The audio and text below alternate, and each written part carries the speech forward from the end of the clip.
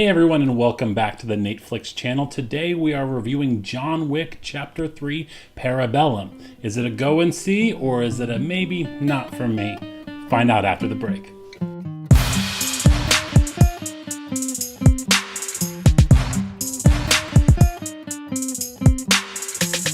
Hey everybody, and welcome back to the NateFlix YouTube channel. Well, it is Thursday night, and I just got out of seeing John Wick Chapter 3, and I've got some news for you. It is an action banger of a movie. It is intense.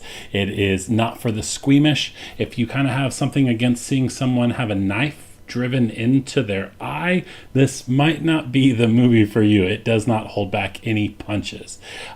So this movie starts off right where the second one ended, just like the second one after the first, like mere minutes. It follows John Wick, a very skilled assassin and lover of his dogs.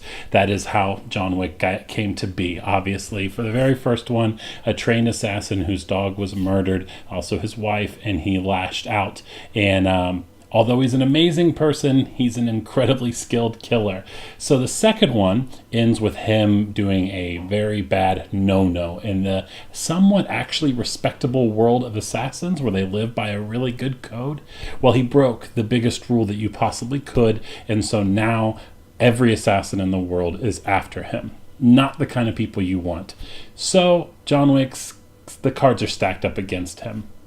And so from that, it goes crazy. The best fight scene of the entire movie actually kicks it off in the first 20 minutes. If you saw me in this film, I would look like a crazy person. I was just sitting there like, just thrilled at the action. It was intense, crazy madness. It is so good. You can obviously tell the martial arts cinema inspiration behind these, and it is quite the ode to some of the greatest martial arts films in the world. And go Keanu. Wow.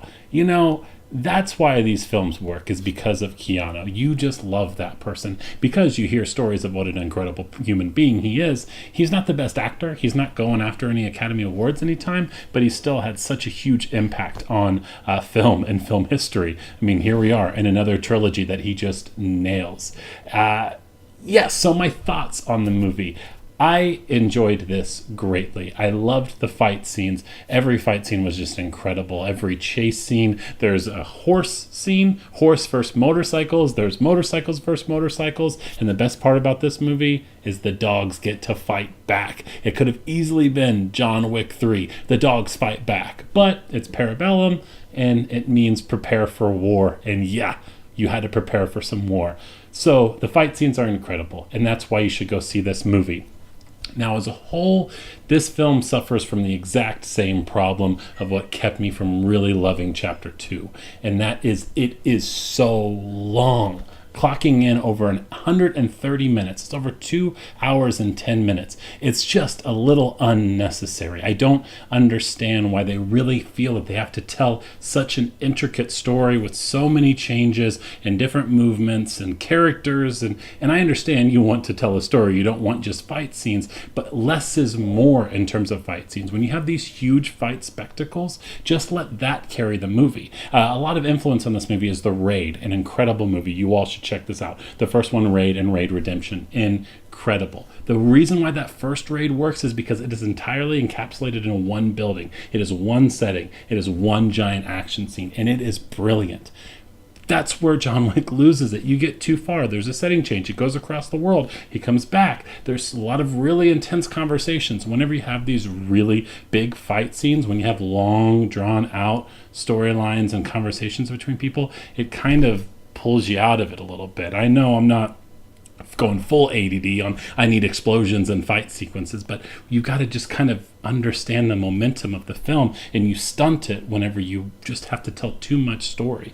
I really believe that if these John Wick films were an hour and 25 minutes, hour 35, it would be the greatest action trilogy of all time. But for some reason, they just really fall in love with themselves and get infatuated with telling 2-hour-long movies. It's just kind of a bummer, but it's worth going to see. Halle Berry shows up. She's wonderful. Ian McShane, so good. Lawrence Fishburne's back with Keanu, and awesome. Jason Mantzoukas shows up, so good. He knows the beard love. And Keanu. I love Keanu. Keanu is the reason why this movie works. He somehow, even through all the murder, and you see him just destroy and brutalize people, you still love him. And it's a feature, it's something about his presence I just can't explain. I never will be able to. So there's your thoughts. If you love action movies, you're not too afraid of a little blood and gore, go see this movie. It's an action thriller. I was smiling through the entire thing. Just, prepare for there to be a little bit of long running time to this film, but it's good. It's good. So John Wick, I know I like to give it my grade. I would give it an 87. That's where we got a nice little B+ for this action movie. It's good. Go see it. Perfect summer movie. Work out some stress from your work week. But Keanu, you're the man. John Wick, you're awesome. And guess what? There's going to be another one. Hopefully they learn it. Keep it short. Keep it short, guys, please. All right. We'll see you next time on NateFlix.